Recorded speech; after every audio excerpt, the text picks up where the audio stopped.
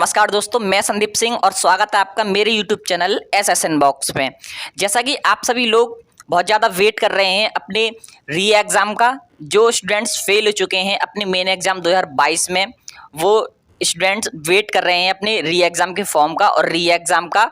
और लगातार जो कमेंट बॉक्स में कमेंट आ रहे हैं कि री एग्ज़ाम के फॉर्म कब आएंगे और री एग्ज़ाम कब होगा, इसके बारे में मैं आपको बताऊंगा।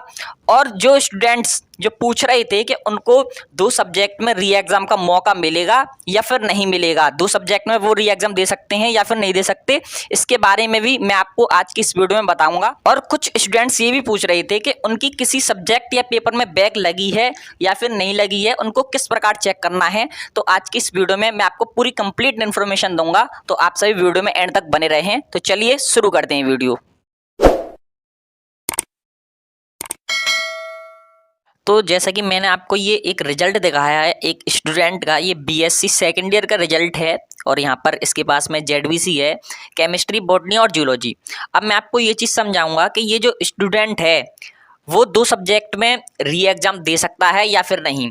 अगर मान लीजिए स्टूडेंट्स, अगर यूनिवर्सिटी आपको 2 पेपर में री एग्ज़ाम का मौका देती है तो वो क्या 2 पेपर में री एग्ज़ाम दे सकता है या फिर 2 सब्जेक्ट में, इसके बारे में मैं आपको बताऊंगा।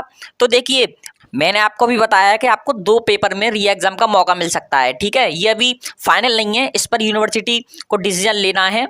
यूनिवर्सिटी ही डिसाइड करेगी कि आपको कितने पेपर में री एग्ज़ाम का मौका दिया जाए। तो अब मैं आपको यहाँ पर एक कंडीशन क्लियर कर देता हूँ कि जो आपका री एग्ज़ाम होता है, मान लीजिए आप किसी भी सब्जेक्ट में फेल हैं तो उसके कई पेपर होते हैं। जैसा कि किसी कोर्स में 2 पेपर भी होते हैं और किसी कोर्स में 3 पेपर भी होते हैं। तो मान लीजिए अगर आप किसी सब्जेक्ट में फेल हैं तो आपको उस सब्जेक्ट के सभी पेपर में री एग्ज़ाम नहीं देना होगा। मान लीजिए अगर कोई स्टूडेंट केमिस्ट्री में फेल है और वहाँ पर उसके केमिस्ट्री के 3 पेपर हैं तो उस स्टूडेंट को केमिस्ट्री के तीनों पेपर में री एग्ज़ाम देने की कोई भी ज़रूरत नहीं है। ऐसा नहीं होता है कि उसे केमिस्ट्री के तीनों पेपर में री एग्ज़ाम देना पड़े। वो स्टूडेंट चाहे तो किसी भी एक पेपर में अपना री एग्ज़ाम भी दे सकता है, ठीक है। तो ये जरूरी नहीं है कि तीनों पेपर का री एग्ज़ाम हो किसी सब्जेक्ट के, ठीक है। अब हम इसमें बताते हैं कि कोई भी जो स्टूडेंट है अगर 2 सब्जेक्ट में फेल है तो वो किस प्रकार अपना री एग्ज़ाम दे सकता है, ठीक है। तो ये कंडीशन तो क्लियर हो गई कि कोई भी स्टूडेंट अगर किसी सब्जेक्ट में फेल है तो उस सब्जेक्ट के सभी पेपर में उसको री एग्ज़ाम देने की जरूरत नहीं है। तो देखिए, मैं आपको बता दूं, अगर यूनिवर्सिटी आपको चांस देती है 2 पेपर का कि आपको 2 पेपर में री एग्ज़ाम का मौका मिल जाए, ठीक है, तो देखिए वो किस प्रकार पास हो सकता है। तो देखिए यहाँ पर जो एक स्टूडेंट का रिजल्ट है वो जो फेल है केमिस्ट्री में और जूलॉजी में, ठीक है, इसमें वो फेल है।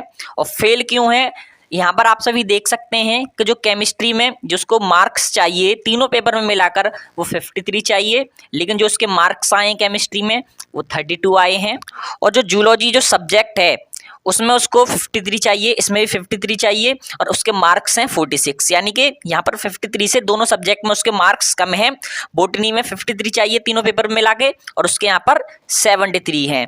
तो यहाँ पर ये स्टूडेंट बॉटनी में पास है लेकिन केमिस्ट्री और जूलॉजी में फेल है, ठीक है। तो यहाँ पर ऐसा नहीं होगा कि उसको केमिस्ट्री और जूलॉजी के उसको सभी पेपर देने पड़े, ऐसा नहीं है। तो देखिए, अगर 2 पेपर में मौका मिलेगा तो देखिए किस प्रकार से मिलेगा। अगर कोई स्टूडेंट्स 2 सब्जेक्ट में फेल है तो वो किस प्रकार पास हो सकता है। तो देखिए, अगर यूनिवर्सिटी 2 पेपर में चांस देती है तो वो एक पेपर का जूलॉजी में यहाँ पर फॉर्म भर सकता है री एग्ज़ाम का और दूसरे पेपर के यहाँ पर केमिस्ट्री में भर सकता है, ठीक है। इस प्रकार स्टूडेंट यहाँ पर 2 सब्जेक्ट में पास हो सकता है। जरूरी नहीं है कि वो अपने तीनों पेपर में ही री एग्ज़ाम दे, ऐसा नहीं होता है। किसी भी एक पेपर में स्टूडेंट यहाँ पर री एग्ज़ाम दे सकता है। एक पेपर जूलॉजी का हो गया और एक पेपर केमिस्ट्री का हो गया है। इस प्रकार स्टूडेंट यहाँ पर अपने टोटल 53 कर सकता है दोनों सब्जेक्ट में मिलाकर। तो इस प्रकार स्टूडेंट्स दोनों सब्जेक्ट में पास हो सकता है। अगर कोई स्टूडेंट्स 2 सब्जेक्ट में फेल है तो इस प्रकार वो पास हो सकता है।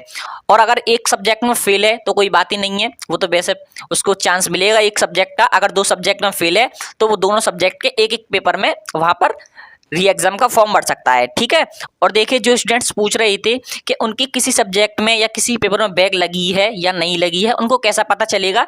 तो देखिए सबसे पहली बात तो यहाँ पर आप जब अपना रिजल्ट देखेंगे, अगर यहाँ पर पास लिखा हुआ है, चाहे आप किसी भी पेपर में फेल हो किसी भी सब्जेक्ट की, अगर पास लिखा हुआ है तो आपको कोई प्रॉब्लम नहीं है, आपको री एग्जाम फॉर्म भरने की कोई भी ज़रूरत नहीं है। चाहे तो आप इम्प्रूवमेंट का फॉर्म भर सकते हैं अगर आपको लगता है कि आपके मार्क्स कम आए हैं, लेकिन आपको री एग्जाम का फॉर्म भरने की कोई भी ज़रूरत नहीं है। ठीक है, तो पहले तो मैंने आपको बता दिया कि आपको यहाँ पर पास चेक करना है और आप यहाँ पर मिनिमम मार्क्स देखें अपने रिजल्ट में कि कितने आपको मिनिमम मार्क्स चाहिए और आपके टोटल कितने हैं।